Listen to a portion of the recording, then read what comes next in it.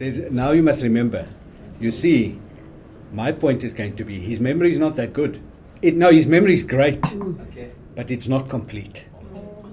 His memory is great, but not complete. Yes, no one here remembers as well as he did.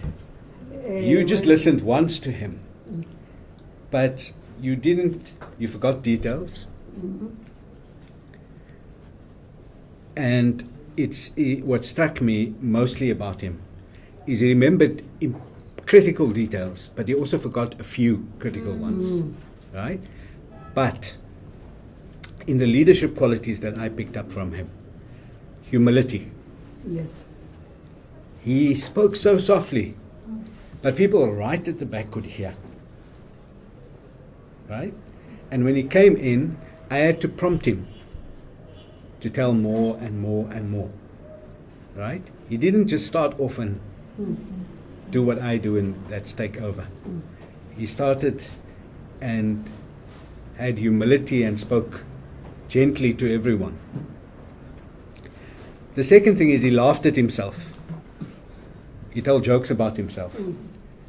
Yeah, just to show you that he didn't know everything and that he was that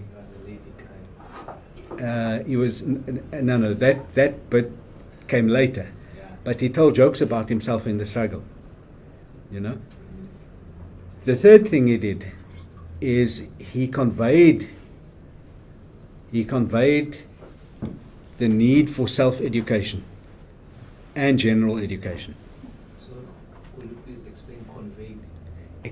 He explained, conveyed. He carried over to us. So he conveyed an understanding that even when they were in prison, they had to learn. And you could only study if you had money to study, right? But they even helped educate people who didn't have money. So those who had money studied formally and wrote UNISA exams and so on.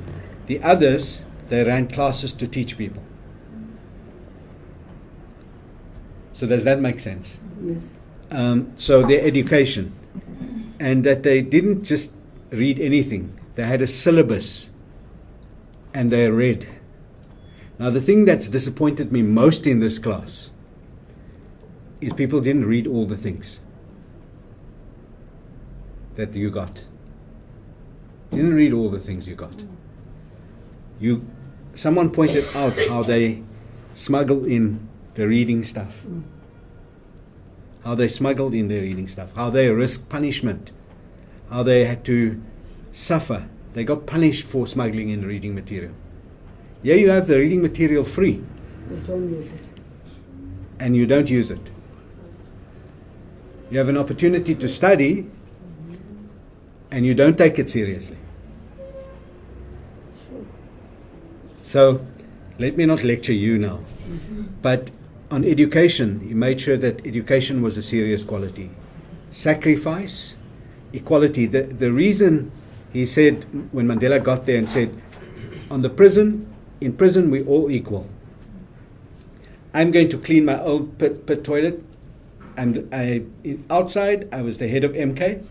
Inside here, I'm exactly like all of you. And the question, I think Kosi mentioned, of signing a letter. Does anybody remember what it was? What letter they had to sign? That they all had to sign. Yeah, that they wanted. The offer. What offer?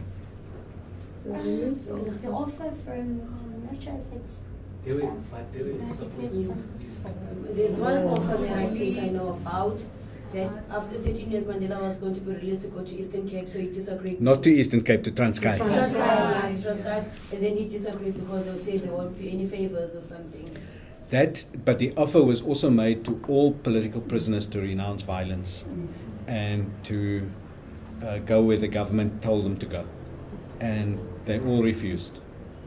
They said about 9 people in the country took that. Yeah, 10. 9 or 10 people in the country took that offer. And the interesting thing is, he didn't mention because he's loyal to his comrade. But one of the Rivonia Trialists took that offer. was it? No, Yes. Name? Yes. there's no need to go to the name. I'm saying about No, you must. You must. It's history. It's very important history. He didn't go there because it's a friend of his out of loyalty.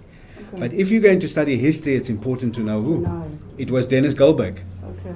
because he was alone in Pretoria prison. He was really alone in Pretoria prison. So he said, I commit myself, I renounce violence. And sadly, he went to Israel. He went out the country to Israel. But he was one of the Rivonia trialists. He was one of the people who accepted. Yeah, he's still alive. He's still alive. The guy that was mentally stabbed after being tortured and everything. Zephania Motopeng. Zephania Motopeng. What do you say? He died. He died. He died. Yeah. What also struck is that the question about sacrifice came up, but also the question of hard work. You know, that in prison they weren't scared to work hard, even if it meant compromising, because they wanted to look forward. They didn't want to look back. They wanted to work hard and look forward. And that they were prepared to enter into talks with the government, but not to make any policy decisions. The policy decisions was left to the ANC in exile, right? Okay. So there are many more lessons that I picked up, many more, but I think the most important ones are sacrifice, humility, selflessness,